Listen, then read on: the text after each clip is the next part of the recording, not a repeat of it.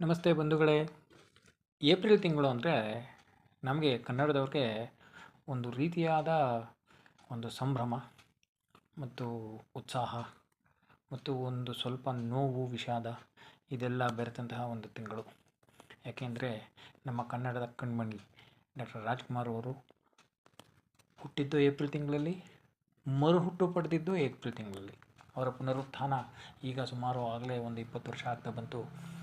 20 ವರ್ಷದ ಪುನರುತ್ಥಾನದಲ್ಲಿ ಅವರ ಒಂದು ಖ್ಯಾತಿಯು ದಿಗಂತವನ್ನು ದಾಟಿ ಬೆಳೀತಾ ಇರೋದನ್ನು ನಾವು ನೋಡ್ತಾ ಇದ್ವಿ. ಆಚಂದ್ರಾರ್ಕ ಅನ್ನುವ ಪದ ನಮಗೆ ಗೊತ್ತಿರುವ ಹಾಗೆ ಕಲಿಯುಗದಲ್ಲಿ ಯಾರಿಗಾದರೂ ಒಂದು ಅಪ್ಲೈ ಆಗುತ್ತೆ ಅಂತಂದರೆ ಅದು ಡಾಕ್ಟರ್ ರಾಜ್ಕುಮಾರ್ ಇದ್ದಾರೆ. ರಾಜ್ಕುಮಾರ್ ಅವರು ಪ್ರಮುಖವಾಗಿದ್ದಾರೆ.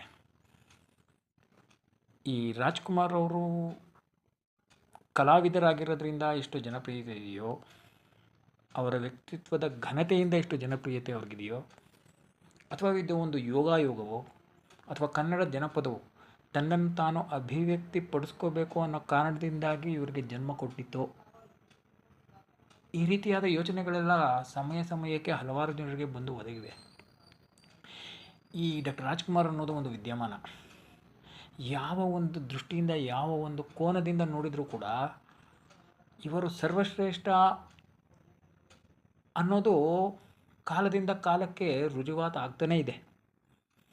ಇವರನ್ನು ತಿರಸ್ಕರಿಸಿದವ್ರು ಎಷ್ಟು ಜನ, ಟೀಕಿಸಿದವ್ರು ಎಷ್ಟು ಜನ, ತುಳಿಯೋಕ್ಕೆ ಪ್ರಯತ್ನ ಮಾಡಿದವ್ರು ಎಷ್ಟು ಜನ, ಇವೆಲ್ಲವನ್ನು ಮೀರಿ ಇವತ್ತು ಆಚಂದ್ರಾರ್ಕವಾಗಿ ಜನರ ಮನಸ್ಸಿನಲ್ಲಿ ಚಿರಸ್ಥಾಯಿಯಾಗಿ ಹೃದಯದಲ್ಲಿ ಸ್ಥಾನ ಪಡ್ಕೊಂಡಿರುವ ಒಂದು ಕರ್ನಾಟಕದ ಸಿಂಹಾಸನಾಧೀಶ್ವರ ಅಂದರೆ ಡಾಕ್ಟರ್ ರಾಜ್ಕುಮಾರ್ ಅವರು. HSK ಅವರು ರಾಜ್ಕುಮಾರ್ ಅವ್ರ ಬಗ್ಗೆ ಬರೀತಾ ಹೇಳ್ತಾರೆ, ರಾಜ್ಕುಮಾರ್ ಅವರು ಕನ್ನಡದ ಅನಭಿಷಿಕ್ತ ಸಾಮ್ರಾಟ, ಕನ್ನಡಿಗರ ಹೃದಯದಿಂದ ಅವರ ರಾಜ್ಯಭಾರ ಅಂತ. ಇದಕ್ಕಿಂತ ಹೆಚ್ಚಾಗಿ ಹೇಳೋಕ್ಕೆ ನನಗೆ ಶಕ್ತಿ ಇಲ್ಲ. ಈಗ ನನಗೆ ಖಚಿತವಾಗಿ ನೆನಪಿಗೆ ಬರೋದು ಏನು ಅಂದರೆ,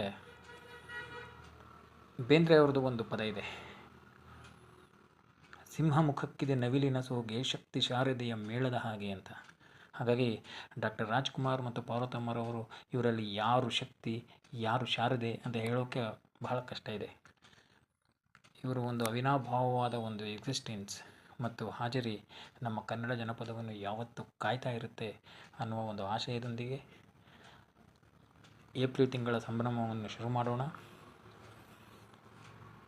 ಮತ್ತು ನನಗೆ ಅನಿಸಿದಾಗೆ ಯಾವುದೇ ಶ್ರೇಷ್ಠ ಸಂಗತಿಗಳನ್ನು ನೆನೆಸ್ಕೊಂಡಾಗ ರಾಜ್ಕುಮಾರ್ ನೆನಪಿಗೆ ಬರ್ತಾರೆ. ಇದು ನಿಮಗೂ ಆಗಿದ್ದರೆ ದಯವಿಟ್ಟು ಕಾಮೆಂಟ್ ಮಾಡಿ ತಿಳಿಸಿ. Please like, share and subscribe ನನ್ನ ಚಾನಲ್ನ. Thank you.